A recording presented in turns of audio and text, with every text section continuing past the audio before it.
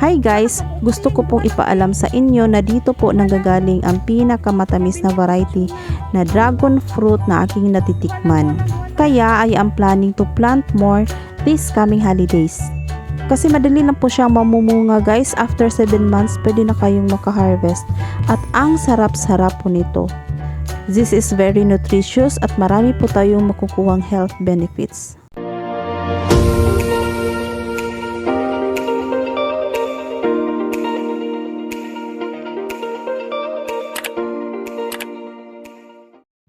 Hi guys! Welcome back to my channel, and for today's vlog, sasamahan niyo po ako makaharvest ng aking kaisa-isang bunga ng dragon fruit.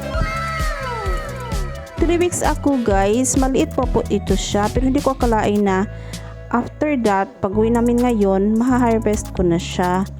This is very delicious kasi yung variety ay galing po sa aking cousin. Manamis-namis po ito guys. Ipakita ko sa inyo. Eto, tingnan nyo. Ang saya-saya ko. Etong tatlo ay bigay po sa aking cousin. Samantala ito pong isa ay ang newly harvested ko lang po ngayon. You know guys, ang saya-saya ko kahit isa lang po ang bunga kasi 3 weeks ago ang liit pa nito. At ngayon naha-harvest ko na sa wakas. At aabangan nyo kasi sa city ko na pa ito kakainin guys kasi wala na po kong oras dito. Hi guys, ang init-init ngayon dito sa amin ako. At eto na po, itong mga dragon fruits. These are very nutritious guys.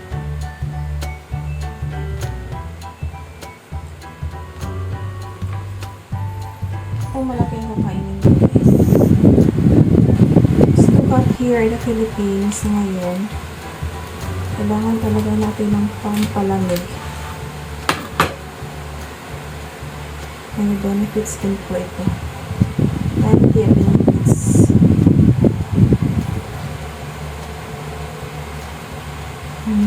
Sarap-sarap nito.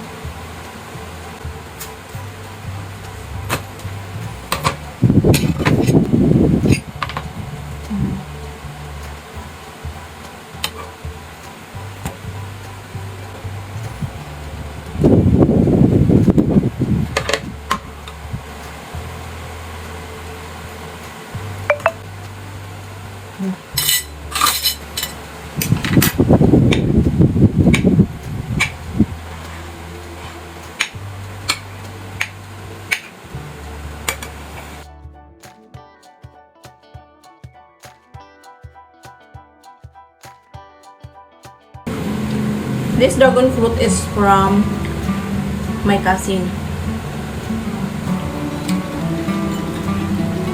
Yung dragon fruit ko, matamis din po siya. Kasi, gagaling yun sa cousin ko. So, yun na nagtatanim.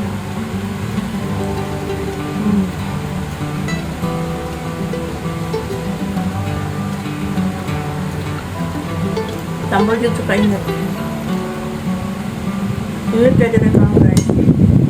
It's too hot here in my country. That's why, nilagay ko pa ito sandali sa freezer. 10 minutes. Bago ko kinain ko siya. Para ano.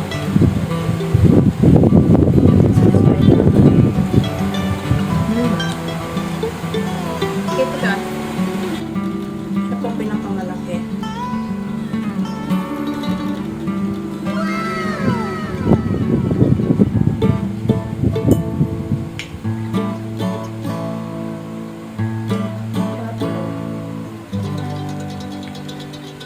Have plenty of benefits you can get eating dragon fruits.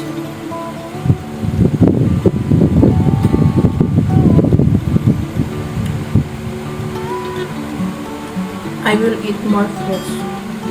Ayun.